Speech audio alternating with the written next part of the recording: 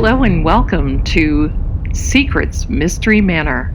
I'm your host, Psychic Zelda Kelly.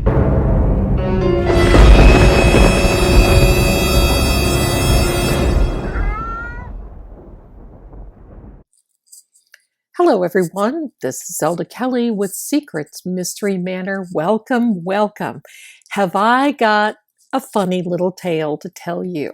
It's kind of creepy in some ways, and you kind of want to, I guess, raise your eyebrow in other ways. But this is fun. I think it's fun because it's paranormal fun. But first, I would like to thank Psychic Secrets for giving us this platform and allowing me to bring these great little tales of the paranormal and ghosts and oddities to you. So with no further, delay, let's bring this story to you. So this is called the Ghostbuster House. And then we're going to dive a little deeper and tell you what happened to the Ghostbuster House. So in the early 1960s, there was the family of Helen Ackley that moved into Nyack, New York. They moved into this house that needed, a lot of repair. There were a lot of problems with this house. And many people warned the Ackleys that this was haunted. Don't move in. And that there had been some paranormal incidents, but nothing had been published. Helen Ackley, who was, I'm going to say, the matriarch of the family, claimed that there were 3 ghosts in this home that they bought. And while they were doing the repairs and renovations, she described how she found these 3 spirits. 2 of them were a married couple, and they had lived in the 18th century. And the other one was an American Revolution Navy lieutenant. That's an odd triangle to be there, isn't it? Okay, so anyway, so she was contacted, Helen Ackley, in 1993 by a paranormal researcher, Bill Merrill, and a medium, Glenn Johnson. They claimed that they had already made contacts with the spirits of one La Vida place. That was the address of this place in Nyack, New York. The pair met with Helen and told her that the couple of poltergeists of Sir George and Lady Margaret, and these 2 had lived in this area in New York during the 18th century. So then in 1995, Merrill and Johnson took their book, they wrote a book, I guess it was sanctioned by Helen, and they published their findings entitled, now this book is still available on Amazon. I looked for it. Pretty interesting. The name of the book is Sir George, the Ghost of Nyack. Now this is published by Deer Publishing, Beaverton, Oregon. So you might want to check that out. But Helen, during her stay there, she claimed that she had actually seen Sir George and said that she was sitting in a rocking chair and saw him mid-air in the living room. And then there was an 8-foot stepladder, and she asked him if they could do the renovations to the house, and evidently he agreed. Isn't that nice? So if you live in a haunted house, you may have to go in and ask if it's okay to do renovations. And while that's kind of tongue-in-cheek, many times I've lived in haunted houses, and you can go back through the mystery manors if you're curious about this. I lived growing up in a farmhouse in Ohio that was an underground railroad for slaves coming from the south into the north. And boy, did my family and I have a lot of activity regarding that. That was very interesting. But the one thing that my mother did, because my family, other than my dad, and my grandparents were always very aware of the paranormal, the psychic unknown, and they believed in grounding themselves when going into a house, when you go in and renovate it.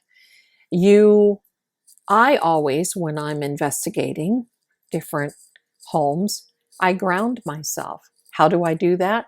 Well, in the summertime, I might even walk through a yard if there is a yard. And of course, if it doesn't have anything sharp in it, like nails or construction materials or anything else like that, I like to really kind of walk through the yard a little bit barefooted.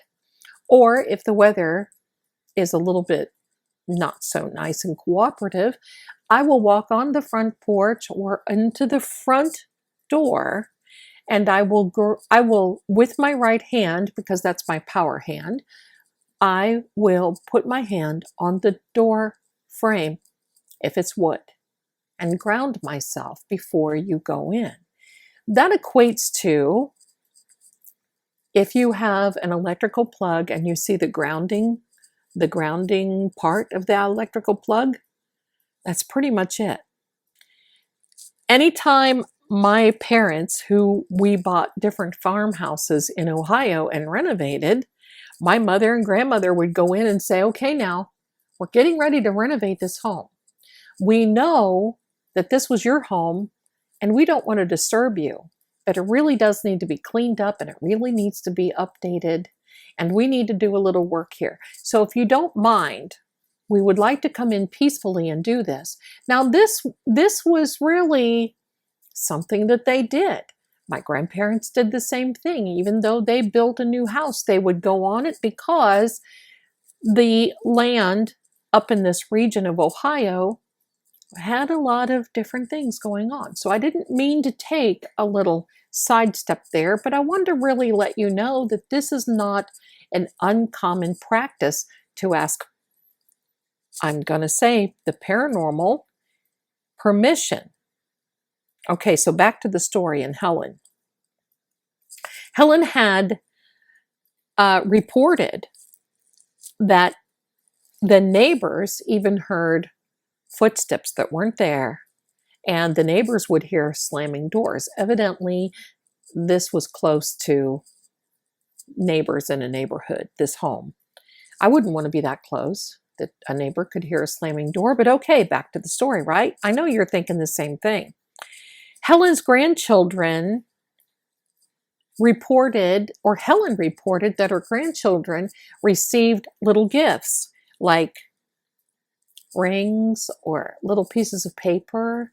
One received a little trinket box, but then these gifts would just disappear to nowhere. They would look for them and they couldn't find them. Helen also claimed that her son was just walking through the house one day, came around the corner, went into a room, and came face to face with this revolutionary officer, this Navy lieutenant officer. That probably would have been pretty startling, huh? Well, Helen's daughter, whose name was Cynthia, said that many times in the morning she would be shaken, or her bed would shake to get her up. And then I guess when Cynthia was out of school for the summer, she would go to bed every night and say, I'm not going to school in the morning, so if you don't mind, please don't shake me to wake me. Wow. And you know what? She reported that they didn't. That was pretty benevolent with them, wasn't it? That was nice. Very good. So they would allow her to sleep in and not shake her bed. Mark Kavanaugh lived in the home in later years because he was engaged to Cynthia, Helen's daughter, and said that he would hear conversations from a vacant room. Or he would say that Cynthia, and he called her Cyn, C-Y-N, would fall asleep and he would hear the bedroom door open, or there would be knocks on her bed or something else, and he would actually feel, once she fell asleep, a depression in the bed where they were, as if someone was sitting in the bed with them. And not only that, they would both feel that there was a spirit holding them down. And Mark Kavanaugh, the fiance of Cynthia, would say that he just couldn't move, that it was frightening, terribly frightening. So all of these little accounts by Mark Kavanaugh and Helen were they were basically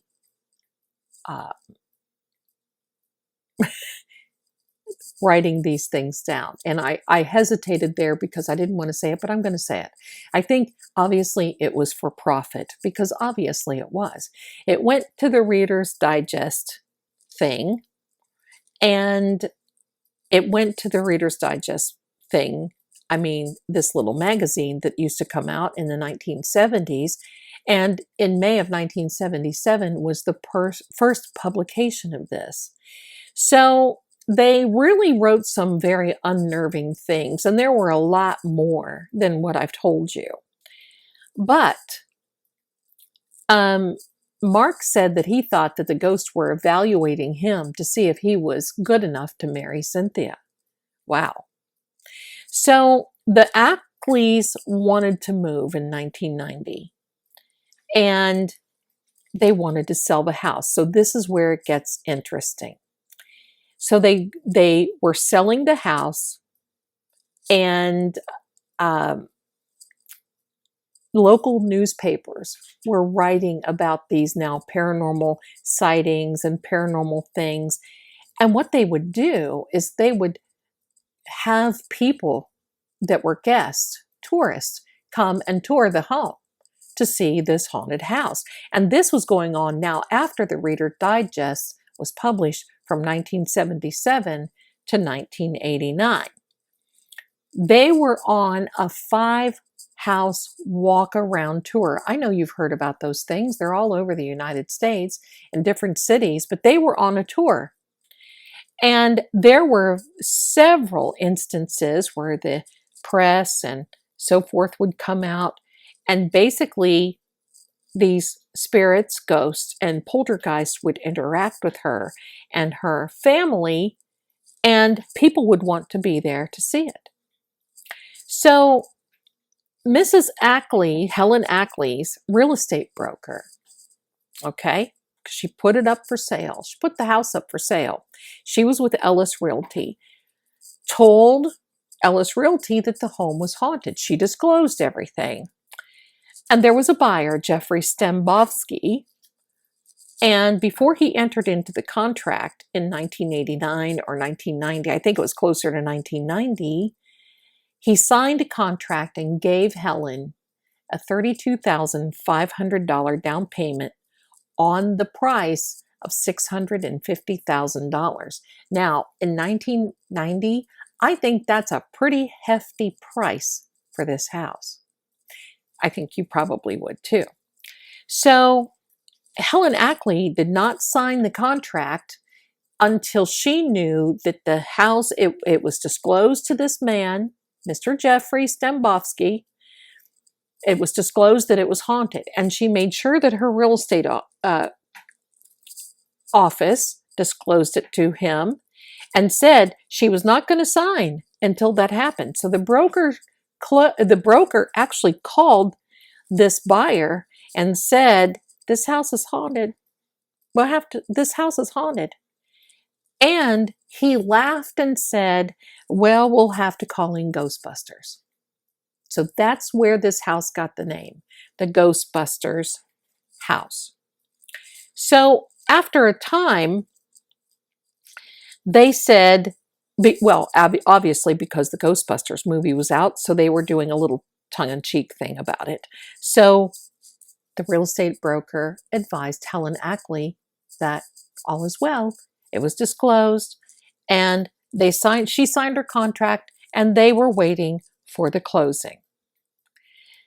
But the broker and the seller, well, the seller was sued by Mr. Stembovsky because he said he was not aware of the folklore of Nyack, New York, and he wanted out of the contract. Even though the contract was fully signed, and even though he decided that it was okay and he was making light of the Ghostbuster house, he did not take her seriously. So both parties said that it had been disclosed, but he just thought that it was a passionate story told by Helen and that she was maybe off a little bit and he didn't take her seriously and he wanted out of the contract. So he filed an action to actually, it was called a rescission. He wanted a rescission in the contract, and he wanted damages for fraudulent misrepresentation from Helen and from Ellis Realty, and they didn't even close. So Stambovsky didn't go to the closing, and it caused him to actually force the down payment or forfeit the down payment of the $32,500. What a mess. What a mess over a haunted house. What a mess. So he said he was then not obligated to buy the house. The New York Supreme Court got involved. And the Supreme Court dismissed the action. They said this is a bunch of hooey. And I got to read this to you because it's kind of funny. They basically put in here, in the first opinion, and imagine this going in front of the Supreme Court of New York, where they have to decide if a home is actually haunted and if someone is eligible for damages and fraudulent misrepresentation. That's pretty wild. So they're saying that because of the 1984 Ghostbusters movie and because even of Shakespeare's Hamlet, some of the opinion in the legal precedent was written as, and here I'm going to quote, "The plaintiff hasn't a ghost of a chance," unquote. Another quote is, "I am moved by the spirit of equity," unquote. Another quote is, "The notion is a hobgoblin which should be exorcised from the body of legal precedent," unquote. So Mr. Stambovsky didn't stop there. He basically took this and he appealed to the New York Supreme Court, and basically he won the appeal. He did not get any fraudulent misrepresentation damages or any of these things. He was just really allowed to walk away from the property. But the funny part of it is, this whole thing now has made case history in the New York Supreme Court. And to this day, it is still a law on the books. And it basically says that it is called the Ghostbuster ruling and protects people if it is disclosed or not disclosed if a house is haunted. Now, the court said they can't determine whether the house is haunted or not. However, if someone says it is, then who is the court to say that it isn't? Isn't that funny? I wanted to bring that to you today because, I think the funniest part of this is, as time went on, and let me just really describe this house a little bit to you. It was built in 1890, and it has 5 bedrooms and 3.5 bathrooms, and is approximately 4,628 square feet. The Ackleys, George, and Helen bought the home in the early 1960s, and then eventually they shared the home with all 4 children and with Mark Kavanaugh, the fiancé of Cynthia.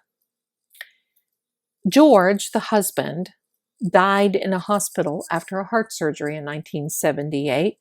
He was 53 years old. And they said it was less than a year after is when all this paranormal activity started. And that's what they put into the Reader's Digest. Though he did not die in the home, there was someone who actually did die. And it was a dinner guest who was in great health and was young and died of a brain aneurysm at the dinner table. So by 1990, the residents of the home in Nyack, New York, were Helen's grandchildren, the daughter-in-law, and future son-in-law of Mark Kavanaugh. The last thing is the Ghostbusters home sold on January 8th of 2016. Now get this. For more than $600,000 above the comparable homes in Nyack, according to Trulia and Realtor.com. And they got, are you ready? To me, this is scarier than the story.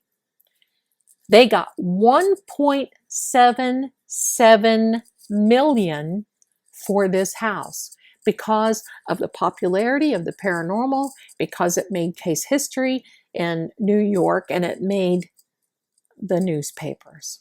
And it made a lot of other articles in many other different magazines and a few little news spots. So whoever got that house was that they were buying the famous house. Whoever bought it changed the exterior from red, and now it is painted a light blue. But over the years, they have had 25 to 50 people per month go to this home and want to buy it. So I guess it pays to be paranormal, right? So I guess in conclusion of bringing you the story, which I think is kind of funny and different, maybe you've never heard of it before, but the next time you go in to buy a house and someone tells you that it's haunted, you may not want to call Ghostbusters. You may want to call your lawyer instead. Thanks so much for listening to this episode of Secrets Mystery Manor. I really enjoyed bringing this one to you. We're going to bring a scary one to you next time. So next Friday, hang in there and listen. Thanks so much for being here. I had a great time. Hope you did too. So I will be back very soon for the next one. Meantime, thanks again for Psychic Secrets, and I'll see you again next time. Have a good weekend. Bye for now. Until next time, thanks so much for listening. I just love this, don't you?